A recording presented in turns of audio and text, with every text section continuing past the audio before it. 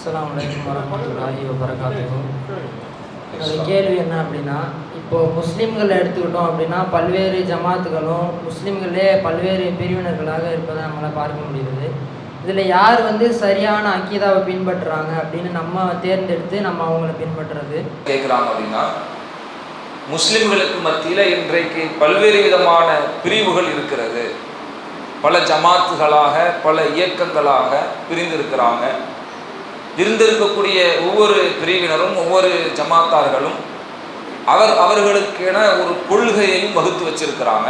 இப்படி பலரும் பல்வேறு விதமான கொள்கை நிலைப்பாடுகளில் இருக்கும் பொழுது எது சரியான கொள்கை அப்படின்னு நம்ம தேர்ந்தெடுப்பது, அதை எப்படி நம்ம முடிவு செய்கிறது, எதன் வழியில் நாம் செல்வது அப்படிங்கிற கேள்வியை கேட்குறாங்க. இன்றைக்கு முஸ்லிம்களுக்கு மத்தியில் பல்வேறு விதமான அமைப்புகள் பல்வேறு விதங்களில் பிரிஞ்சிருக்கிறது உண்மைதான். அதிலும் குறிப்பாக கொள்கை ரீதியிலாக ஏற்பட்டிருக்கக்கூடிய பிரிவுகள் உண்டா அப்படின்னு கேட்டால் ஒன்று தான். இப்போ இத்தனை பிரிவுகள் ஏற்படுவதற்குண்டான காரணம் என்ன, அதற்கான அவசியம் என்ன அப்படின்னு கேட்டால் இதற்கு தனித்துவமான பிரத்யேகமான காரணம் அப்படிங்கிறதுலாம் இல்லை. அவர்கள் அந்த மார்க்கத்தை விளங்கக்கூடிய விஷயத்தில் அதை சரியாக அணுகினார்களா தவறாக அணுகினார்களா, அந்த ஆதாரத்தை எடுத்துக்கொள்ளக்கூடிய விஷயத்தில் சரியாகத்தான் எடுத்துக்கொண்டார்களா, அல்லது தம்முடைய சுய விளக்கத்தை தம்முடைய மனோ இச்சைக்கு ஏற்ப விளக்கம் கொடுத்தார்களா, இதை பொறுத்துத்தான் இந்த கொள்கை வேறுபாடுகள் இத்தகைய அக்கீதா வேறுபாடுகள் இந்த சமுதாயத்தில் ஏற்பட்டிருப்பதற்கு காரணம். இன்னைக்கு பெரும் பிரிவாக இருப்பதுன்னு பார்த்தீங்கன்னா சுன்னத் ஜமாத்துன்னு ஒரு பிரிவினர் இருக்கிறாங்க. அவங்க ஒரு கொள்கை நிலைப்பாட்டில் இருக்கிறாங்க. அந்த கொள்கை நிலைப்பாடு சரியா தவறா என்று நாம் தீர்மானிப்பதாக இருந்தால், அல்லது தௌஹீத் ஜமாத் என்று ஒரு அமைப்பு அது ஒரு கொள்கையை சொல்லுது, அந்த அமைப்பு சொல்லக்கூடிய கொள்கை நிலைப்பாடு சரியா தவறா என்று தீர்மானிப்பதாக இருந்தால் நம்ம எங்கே போய் பார்க்கணும்? முதல்ல நம்முடைய கொள்கையை நம்ம எதை வச்சு தீர்மானிக்கிறோம்? குர்ஆன் ஹதீஸை வச்சு தானே. குர்ஆன் ஹதீஸ் தானே மார்க்கம். அந்த மார்க்கத்தில் இருக்கக்கூடிய இந்த இரண்டு ஆதாரங்களை கொண்டு தான் எல்லோரும் அவர்களின் கொள்கை நிலைப்பாடுகளை சொல்றாங்க. நாங்கள் நேர்வழியில் இருக்கிறோம், இதுதான் சத்தியம், இதுதான் எங்கள் கொள்கைன்னு சொல்லக்கூடிய யாரா இருந்தாலும் எல்லோரும் குர்ஆன்ல இருந்து ஆதாரத்தை காட்டுறாங்க. வேற இஞ்சில்ல இருந்தெல்லாம் ஆதாரம் காட்டலை, தௌராத்துல இருந்தெல்லாம் ஆதாரம் காட்டலை, குர்ஆன்ல இருந்து தான் ஆதாரம் காட்டுறாங்க. அப்ப எல்லோரும் குர்ஆன்ல இருந்து தான் ஆதாரம் காட்டுறாங்கன்னா அப்ப எல்லோரும் சொல்றதும் சரியா? இவங்க சொல்ற கொள்கை இந்த கொள்கைக்கு எதிராக இருக்கு, முரணா இருக்கு. அவங்க சொல்ற கொள்கை இவங்க சொல்ற கொள்கைக்கு முரணா இருக்கு. ரெண்டும் முரணாக இருக்கும் பொழுது ரெண்டு பேரும் குர்ஆனில் இருந்து தான் தங்களுடைய சான்றுகளை மேற்கோள் காட்டுவாங்க என்று இருக்கும் பொழுது இப்ப இரண்டில் இது சரி, ரெண்டுமே முரண்பாடாக இருக்க. ஒருத்தவங்க இது சரிங்கிறாங்க, தப்புங்கிறாங்க, இதுதான் நேர்வழிங்கிறாங்க, இது அசத்தியம்ங்கிறாங்க. அப்போ ரெண்டு பேரும் குர்ஆனை வச்சு தான் ஆதாரம் காட்டுறாங்க. ஆனால் எடுக்கக்கூடிய முடிவுகள் வேறுபட்டிருக்கு, கொண்டிருக்கிற கொள்கைகள் வேறுபட்டிருக்கு. அப்போ எப்படி நம்ம தீர்மானிக்கிறது அப்படின்னா, நாம் நம்முடைய சக்திக்குட்பட்டு யார் சொல்லக்கூடிய கொள்கை சரி என்பதை நாம் சிந்தித்து ஆய்வு செய்து முடிவெடுப்பது தான் சரியாகும். இவங்க சொன்னாலே சரியா இருக்கும், தௌஹீத் ஜமாத் சொன்னாலே சரியா இருக்கும் என்று கண்மூடித்தனமாக நாம் மாறுங்கள் என்று சொல்லலை. சுன்னத் ஜமாத் அவங்க சொன்னாலே தப்பா இருக்கும் என்று ஒரேடியாக அவங்களை புறக்கணிச்சு போங்கன்னு நம்ம சொல்லலை. நாம் சொல்லக்கூடிய கருத்து என்ன தெரியுமா? மார்க்கம் என்று யார் எதை சொன்னாலும் அது குர்ஆனிலும் ஹதீஸிலும் இருந்தால், அதற்கான ஆதாரம் இருந்தால், அது சரியாக இருந்தால் நீங்கள் அதை ஏற்று நடங்கள். இந்த ஜமாத்தில் இருக்கணும்னு கூட அவசியம் கிடையாது. நீங்கள் உறுப்பினராக வாங்கன்னு கூட உங்களை கூப்பிடலை. நீங்கள் மறுமையில் வெற்றி அடையணும்னா நீங்கள் ஏற்று பின்பற்றி நடக்க வேண்டியது குர்ஆனும் ஹதீஸும் மட்டும்தான். அதில் அல்லாஹ் என்ன சொன்னானோ அதை மட்டும்தான் அப்படின்னு சொல்கிறோம். இப்போ இதை நம்ம சொல்கிறத நம்மளாக சொல்கிறோம், குர்ஆன் ஹதீஸ் மட்டும்தான் மார்க்கம், அதை மட்டும் பின்பற்றி நடக்கக்கூடியவர்களாக நீங்கள் இருங்க, அதுதான் நேர்வழின்னு சொல்கிறோமே. இது நாம சொல்கிறோமா? நாம சொல்லலை, அல்லாஹ் குர்ஆன்ல சொல்கிறான். முதல் மனிதர் ஆதம் அலைஹிஸ்ஸலாம் அவர்களை அல்லாஹ் அனுப்பும் பொழுது என்ன வார்த்தையை சொல்லி அனுப்புனான்? இம்மா யஅத்தியன்னக்கும் மின்னி ஹுதன், என்னிடமிருந்து உங்களுக்கு நேர்வழி வரும். ஃபமன் தபிய ஹுதாய வலா ஹவுஃபுன் அலைஹிம் வலா ஹும் யஹ்ஸனூன், யார் என்னுடைய நேர்வழியை பின்பற்றி நடப்பார்களோ அவர்களுக்கு எந்த அச்சமும் இல்லை, எந்த கவலையும் இல்லை என்று அல்லாஹ் குர்ஆன்ல சொன்னான். அப்போ எல்லாவற்றிற்குமான ஞானத்தை அல்லாஹ் ஆதம் அலைஹிஸ்ஸலாம் அவங்களுக்கு கொடுத்திருந்தான். அப்படி எல்லாவற்றின் அறிவு கொடுக்கப்பட்ட ஆதம் நபியை பார்த்து அல்லாஹ் சொல்றான், மார்க்கம் என்று வந்துவிட்டால் என்னிடம் இருந்துதான் செய்திகள் உங்களுக்கு வரும், என்னிடம் இருந்துதான் கட்டளைகள் உங்களுக்கு வரும், என்னிடம் இருந்துதான் அதற்கான வழிகாட்டுதல் உங்களுக்கு வரும். அந்த வழியைத்தான் நீங்க பின்பற்றி நடக்கும். அதுதான் நேரு வழி. நல்லா குர்ஆன்ல சொல்றோம். அப்போ வஹியை மட்டும்தான் நீங்கள் பின்பற்ற வேண்டும். நீங்கள் வஹியை தவிர்த்து வேறு யாரையும் பொறுப்பாளிகளாக எடுத்து நீங்க என்ன செஞ்சிடாதீங்க, பின்பற்றிடாதீங்க என்று அல்லாஹ் குர்ஆன்ல சொல்றோம். நீங்கள் பின்பற்றுவதாக இருந்தால், நீங்கள் ஒரு கொள்கையை ஏற்று நடப்பதாக இருந்தால், அது வஹியிலிருந்து நான் சொன்னதாக இருக்க வேண்டும் என்று அல்லாஹ் குர்ஆன்ல சொல்றோம். அந்த வஹியிலிருந்து ஒரு கொள்கையை தீர்மானிக்கும். இவங்க சொல்றது சரியா, அவங்க சொல்றது சரியா, இவங்க சொல்லக்கூடிய விளக்கம் சரியா, அவங்க சொல்லக்கூடிய விளக்கம் சரியா என்பதை அந்த வஹியிலிருந்து, அந்த வஹியின் வார்த்தையிலிருந்து ஒப்பிட்டு பாருங்க. அல்லாஹ் என்ன சொன்னா, அத்தீஉல்லாஹ வ அத்தீஉர் ரசூல், அல்லாஹ்வுக்கு கட்டுப்படுங்கன்னா, தூதருக்கு கட்டுப்படுங்கன்னா. மார்க்கம் என்று வந்துவிட்டால் கட்டுப்படுதல் அல்லாஹ்வுக்கும் அவருடைய தூதருக்கும் தான். மார்க்க விஷயத்தில் பின்பற்றுதல் என்று வந்துவிட்டால் அல்லாஹ் எதை வஹியாக நமக்கு மார்க்க வழிகாட்டுதலாக வழங்கியிருக்கிறானோ அதை மட்டும்தான். இதன் அல்லாஹ் குர்ஆன்ல சொன்னான். இப்போ இதை வச்சுக்கிட்டு என்னென்ன அமைப்பு இருக்கோ, என்னென்ன கொள்கை இருக்கோ எல்லாத்தையும் கொண்டு வந்து பாருங்க. சுன்னத் ஜமாத்துன்னு சொல்லக்கூடியவங்க அவங்க இதைத்தான் சொல்றாங்களா? அல்லாஹும் ரசூலும் சொன்னதுதான் மார்க்கம், அதை தான் நம்ம கடைபிடிக்கணும், அதை மட்டும்தான் கடைபிடிக்கணும் அப்படியே சொல்றாங்க? இல்லை. ஷாஃபி இமாம் சொன்னது மார்க்கம், அவங்க சொன்னதையும் கடைபிடிக்கணும். ஹனஃபி இமாம் சொன்னது மார்க்கம், அதையும் நாம் கடைபிடிக்கணும். அப்போ குர்ஆன் ஹதீஸை தாண்டி முன் சென்ற நல்ல அறிஞர்களை, நல்ல மனிதர்களை எந்த இடத்துக்கு கொண்டு போய் வைக்கிறாங்க? ரசூலுல்லாஹ்வுடைய இடத்துக்கு, வஹீனுடைய இடத்துக்கு கொண்டு போய் வைக்கிறாங்க. தொழுகம்னு எப்படி தொழணும்? அல்லாஹ் சொன்ன மாதிரி தான் தொழணும். ஆனால் எப்படி தொழுகிறாங்க? சாஃபி தொழுகை, சாஃபியில் சாஃபி இமாம் எப்படி சொன்னாரோ அப்படி தான் தொழுகிறோம். ஹனஃபி மதுஹபர் எப்படி தொழுகிறாங்க? தொழுகை ஹனஃபி தனி புத்தகம் வச்சு ஹனஃபி இமாம் எப்படி சொன்னாரோ அப்படி தான் தொழுகிறோம். மாலிகி, ஹம்பலி, இந்த ஓமன் போன்ற நாடுகள்லாம் பார்த்தீங்கன்னா தக்பீர் கட்டிட்டு கையை தொங்க போட்டுருவாங்க. நெஞ்சில் கூட கட்ட மாட்டாங்க, தொப்புல கூட கட்ட மாட்டாங்க, கையை தொங்க போட்டுருவாங்க. நீங்கள் மக்கா அந்த ஹஜ்ஜி உம்ரா லைவ் பண்ணுவாங்கல்ல, மக்கா சேனலில் பார்த்தீங்கன்னா தெரியும். அவங்க ஹம்பலி மதுஹபை பின்பற்றுறாங்க. அப்போது குர்ஆன் ஹதீஸ் தான் மார்க்கம், அதுலேருந்து தான் உங்களுக்கு மார்க்க சட்டம் வரும் நல்லா சொல்லியிருக்கும் பொழுது இப்படியான வழிமுறைகளை எல்லாம் பின்பற்றுறாங்களே, குர்ஆன்ல இருந்து பின்பற்றுறாங்களா, ஹதீஸ்லேருந்து பின்பற்றுறாங்களா, அல்லது இந்த இமாம் சொன்னார், அவர் சொன்னார், இவர் சொன்னார்னு பின்பற்றுறாங்களா?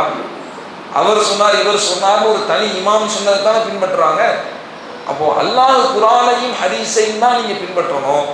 இந்த குர்ஆனை லிதுபையின லின்னாஸி மா நுஸில இலைஹி, இந்த குர்ஆனை மக்களுக்கு நீங்கள் விளக்கி சொல்லி அவங்களுக்கு வழிகாட்டணும். அதுக்கு தான் உங்களுக்கு இந்த வேதத்தை தந்திருக்கிறோம் அல்லாஹ் சொல்றான். அப்போ இந்த குர்ஆனில் உள்ளதை விளக்கி சொல்லக்கூடிய இடத்தில் இருப்பவங்க அல்லாஹ்வுடைய தூதர். அவங்க தொழுகணுமா எப்படி தொழணும் விளக்கம் சொல்லுவாங்க, நோன்பு வைக்கணுமா எப்படி நோன்பு வைக்கணும் விளக்கம் சொல்லுவாங்க, தர்மம் கொடுக்கணுமா எப்படி தர்மம் செய்யணும் விளக்கம் கொடுப்பாங்க, அதனுடைய முறையை சொல்லுவாங்க, அதனுடைய அடிப்படையில் சொல்லுவாங்க. சல்லு கமா ரஅய்துமூனி உஸல்லி, என்னை எவ்வாறு தொழ கண்டீர்களோ அவ்வாறு தொழுங்கன்னா. அப்படித்தான் எல்லாரும் தொழுறாங்களா? இன்னைக்கு சுன்னத் ஜமாத்துன்னு சொல்லக்கூடியவங்க அவங்களுடைய தொழுகையின் முறையில் முழுக்க கொஞ்சம் அல்லாஹ் ஒரு ரசூல் சொன்ன அடிப்படையில் செய்கிறாங்க, ஆனால் முழுக்க ரசூலுல்லாஹ் சொன்ன மாதிரி தான் தொழுகிறாங்களா? அல்லது அதில் சிலது இந்த இமாம் சொன்னதை மாற்றிக்கிறாங்களா? அப்போ குர்ஆன் ஹதீஸின் அடிப்படையில் தான் நடக்க வேண்டும் நல்லா சொல்லியிருக்கும் பொழுது இல்லை இல்லை எங்கள் இமாம் எங்கள் தலைவர் அவர் சொல்படி தான் நாங்கள் நடப்போம்னு ஒரு சாரார் போகிறாங்கன்னா அது நேர்வழியாக இருக்குமா? அது சத்தியமாக இருக்குமா? இறைவன் சொன்ன அந்த வார்த்தைக்கு கட்டுப்பட்ட நிலையில் இருக்குமா அப்படிங்கிற பரிசோதித்துப்பார். அப்போ அப்படி இல்லை, அப்போ இது வழிகேடு, இவங்க போகக்கூடிய பாதை சரியில்லை, குர்ஆன் ஹதீஸின் அடிப்படை உங்களுடைய கொள்கையில் அல்லாஹ் சொன்னதுக்கு மாற்றமாக இருக்குது, பிரித்து பார்க்க முடியும். அப்போ அல்லாஹ் அடிப்படையாக சொல்வது, மார்க்கத்தின் நேர்வழியாக சொல்வது வஹியை மட்டும்தான் நீங்கள் பின்பற்றணும்னு தான். அந்த வஹியை மட்டும் பின்பற்றக்கூடிய இடத்தில் யார் இருக்கிறான்னு பாருங்க, அந்த இடத்தில் யார் கரெக்டாக செயல்படுறான்னு பாருங்க, அவங்க சொல்லக்கூடிய அந்த கொள்கை சரியா இருக்கான்னு உரசி பாருங்க. ஏன்னா அல்லாஹ் நம்ம கருவி தந்திருக்கிறான்ல, நாளை மறுமையை விசாரிக்கும் போது நீ என்னப்பா எந்த அமைப்பு, தௌஹீத் ஜமாத்தா, போ சொர்க்கத்துக்கு போ. நீ யாருப்பா, இந்த அமைப்பா, போ நரகத்துக்கு போ அப்படின்னு அமைப்பு வச்சா எல்லாம் பிரிப்பான்? அமைப்பு வச்சுலாம் பிரிக்க மாட்டான். நீ தௌஹீத் ஜமாத் அங்கே வச்சுக்கிட்டியா சரி சொர்க்கத்துக்கு போனால் எல்லாம் சொல்ல மாட்டான். நீ சிந்திச்சியான்னு நல்லா கேட்பேன். நீ தொழுதியா, நீ நோன்பு வச்சியா, நான் சொன்னபடி நடந்தியா, நான் சொன்னதை சிந்தித்தாயா அப்படின்னு நல்லா கேட்பான். குர்ஆனை அல்லாஹ் இந்த மனித சமுதாயத்திற்கு வழங்கும் போது அல்லாஹ் எதுக்கு இறக்கணும்? இல்லை அல்லஹும் எத்தஃபக்கரும், இந்த வேதத்தை அவங்களுக்கு இறக்கியிருக்கிறோம், நீங்கள் தூதராகிய நீங்கள் அவர்களுக்கு அதை விளக்கி சொல்லணும். வல அல்லஹும் எத்தஃபக்கரும், அவர்கள் சிந்திக்கணும், அந்த மக்கள் சிந்திக்கணும், சிந்தித்து சரி எது தவறு எது என்பதை அவர்கள் தேர்ந்தெடுக்கணும். அல்லாஹ் குர்ஆன்ல சொல்றான். அப்போ சரி எது தவறு எது என்பதை தீர்மானித்து அதை முடிவு செய்யக்கூடிய விஷயத்தில் நாம தான் இருக்கணும். இப்போ அல்லாஹ் இந்த அமைப்பில் இருந்தியா, அந்த அமைப்பில் இருந்தியா, போ சொர்க்கத்துக்கு போ நரகத்துக்குலாம் பிரிக்க மாட்டான். நீ கரெக்டாக மார்க்கத்தை தேர்ந்தெடுத்தியா, சரியான கொள்கை நிலைப்பாட்டில் இருந்தியா, நான் சொன்னபடி தான் நீ நடந்தியான்னு தான் கேள்வி கேட்பான். அப்போ நம்முடைய செயல்பாடுகள், நம்முடைய கொள்கை நிலைப்பாடுகள், நம்முடைய வணக்க வழிபாடுகள் அல்லாஹ் ரசூல் சொன்ன அடிப்படையில் இருக்குதா, அதுக்கு மாற்றமாக இருக்கு. அல்லாஹ் ரசூல் சொன்னாங்கன்னு நம்ம இந்த அமலை செய்கிறோமா? இல்லை இல்லை, இந்த ஒரு சஹாபி இந்த அமலை செஞ்சாரு, அவர் அல்லாஹ்வுடைய ரசூல் சொல்லாமல் செஞ்சிருப்பாரா, அவர் அல்லாஹ்வுடைய ரசூல் சொல்லித்தான் செஞ்சிருப்பாரா, நம்மளாம் யூகிச்சுக்கிட்டு இல்லை சஹாபி சொன்னாலும் மார்க்கம் தான் என்று பின்பற்ற போகிறோமா? ரசூல்லாவுடைய இடத்தில் ரசூல்லாவை மட்டும் வைக்க போகிறோமா, அல்லது ரசூல்லாவுடைய இடத்துல மற்றவர்களை வைக்க போகிறோமா? அது இமாமை வச்சாலும் சரி, சஹாபாக்களை வச்சாலும் சரி, வேறு எந்த தலைவரை வச்சாலும் சரி, வேறு எந்த மனிதர்களை வச்சாலும் சரி, வழிகேடு தான். அல்லாஹ் ரசூலை தாண்டி, அவர்கள் சொன்ன வழியை தாண்டி வேறு எந்த வழியை யார் கொண்டு வந்து மார்க்கம்னு புகுத்தினாலும், மார்க்கம்னு சொன்னாலும் அது தெளிவான வழிகேடு. அந்த உரைக்கல்லை வச்சு உரசி பாருங்க. அந்த உரைக்கல்லை வச்சு அல்லாஹ் ரசூல் சொன்னதான் மார்க்கம். இதான் மார்க்கத்தில் அல்லாஹ் சொன்ன அடிப்படை. இந்த அடிப்படையை வச்சுக்கிட்டு இவ்வளவு கொள்கைகள் இருக்குல்ல, அவ்வளவு கொள்கை உடையவர்களிடத்திலும் யார் சொல்றது சரி உரசி பாருங்க, தெளிவாக தெரிஞ்சு போயிடும். இது ஒரு விஷயம். ரெண்டாவது என்ன அப்படின்னா, சரி அல்லாஹ் ரசூல் சொன்ன அடிப்படையில் தான் நடக்கணும் அப்படிங்கிற கொள்கை நிலைப்பாடு சரியா இருக்கு, அதில் நாங்கள் தெளிவாக இருக்கிறோம். அதுக்கு மாற்றமாக யார் எது சொன்னாலும் மார்க்கமாகாதுங்கிறதுல உறுதியாக இருக்கிறோம். அப்படி இருக்கும் பொழுது இதே கொள்கையை சொல்லக்கூடிய 4 அமைப்புகள் இருக்கிறது. அல்லாஹும் ரசூலைத்தான் பின்பற்றி நடக்கணும்னு சொல்லக்கூடிய, அதை மட்டுமே கொள்கையாக கொண்டிருக்கிற ஒரு 4 அமைப்புகள் இருக்கிறது. இப்போ இதில் எந்த அமைப்பில் நாங்கள் அங்கம் வகிக்கிறது அப்படின்னு ஒரு கேள்வி வரலாம். இதில் நீங்கள் எங்கள் அமைப்புக்கு தான் வரணும், அந்த அமைப்புக்கு போகக்கூடாது அப்படின்னு நம்ம சொல்லலை. இதுதான் கொள்கை. இந்த கொள்கையில் தெளிவாக ஒருவர்கள் இருப்பார்கள் என்றால், அந்த கொள்கையின் அடிப்படையில் செயல்படுவார்கள்னா, அவங்க பேர் 1000 பேர் போட்டுக்கட்டும், 1,00,000 பேர் போட்டுக்கட்டும், பேர் மேட்டர் இல்லை, அல்லாட்ட கொள்கை தான் விஷயம். அப்போ அந்த கொள்கையை சொல்லக்கூடியவர்கள் எந்த அமைப்பின் பேனரில் இருந்தாலும் சரி, அந்த அமைப்பில் அங்கம் வகிக்கக்கூடாதுன்னு நம்ம சொல்லலை. இந்த அமைப்பில் அங்கம் வகிக்கிறதுலையோ, அவங்களோட சேர்ந்து பயணிப்பதிலையோ, பணியாற்றுவதிலையோ பிரச்சனை கிடையாது. ஆனால் என்ன சொல்கிறோம்னா, இப்படி ஒரே கொள்கை என்று ஒருத்தவங்க இருந்து அதில் பல அமைப்பு கண்டாங்கன்னா, அதில் நீங்கள் எதை பார்க்கணும் தெரியுமா? முதல்ல சொல்லக்கூடியவங்க அதை சரியாக இருக்கிறாங்களான்னு பாருங்கள்.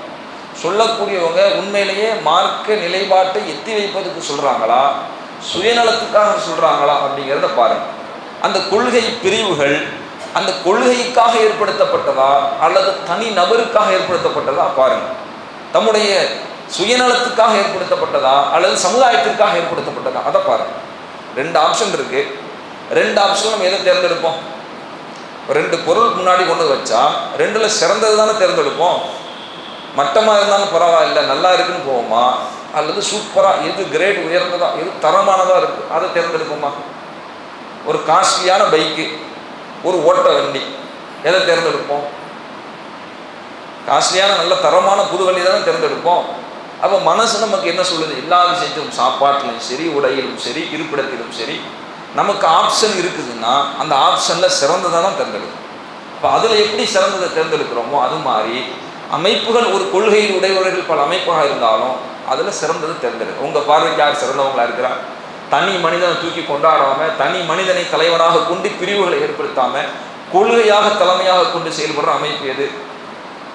சரி தப்புன்னு வரும்பொழுது தப்பு செய்கிறவன் தலைவனாகவே இருந்தாலும் நியாயம் அநியாயம் என்ற பார்வை தான் நீங்கள் இருக்குமே ஒழிய, தெரிஞ்சவன் தெரியாதவன், உயர்ந்தவன் தாழ்ந்தவன், உறுப்பினர் தலைவருங்கிற பார்வை இல்லாத பாடுபாடற்ற செயல்பாடு யார்கிட்ட இருக்கிறது? சமுதாயத்திற்காக வேண்டிய உழைப்பிற்காக ஒரு கூட்டமைப்பாக இது இருக்கிறது. எதில் அதிகமான நன்மைகள் செய்யப்படுகிறது, எந்த பங்களிப்பில் நாம் சேர்ந்தால் அந்த நன்மையின் பங்களிப்பு நமக்கு அதிகமாக சேரும் என்பதையெல்லாம் பார்த்து இருக்கிறதில் எது சிறந்தது, எது சமுதாயத்தின் நலன் காப்பதுங்கிறத பார்த்து தேர்ந்தெடுக்கக்கூடிய நிலையில் இருந்தோம்னா இதில் ஒரு தெளிவான ஒரு மனநிலை நமக்கு கிடைக்கும். அப்போ குர்ஆன் ஹதீஸ் என்ற அடிப்படை தான் அடிப்படையான கொள்கை. இதில் நின்று யார் செயல்படுவாங்களோ அதுதான் சத்தியத்திற்கும் நேர்வழிக்குமான அடித்தளமாக இருக்கிறது. எனவே குர்ஆன் ஹதீஸை கொண்டு இந்த கொள்கைகளை பேசக்கூடியவர்களை உரசி பார்த்து அவங்களுடைய விளக்கங்களை கேட்டு அதில் எது சரி தவறு அப்படிங்கிறத நாம் சிந்தித்து புரிஞ்சு நாம் தேர்ந்தெடுக்கணும். நம்ம தான் அல்லாஹ் மறுமையில் என்ன செய்வான், கேள்வி கேட்பான் என்ற காரணத்தினால் அமைப்புகள் இருந்தாலே இந்த சொர்க்கத்துக்கு கேரண்டிங்கிற உத்தரவாதம் இல்லை.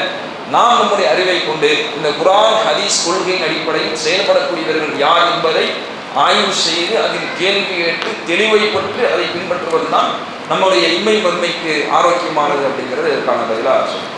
அல்லாஹு அக்பர், அல்லாஹு அக்பர்.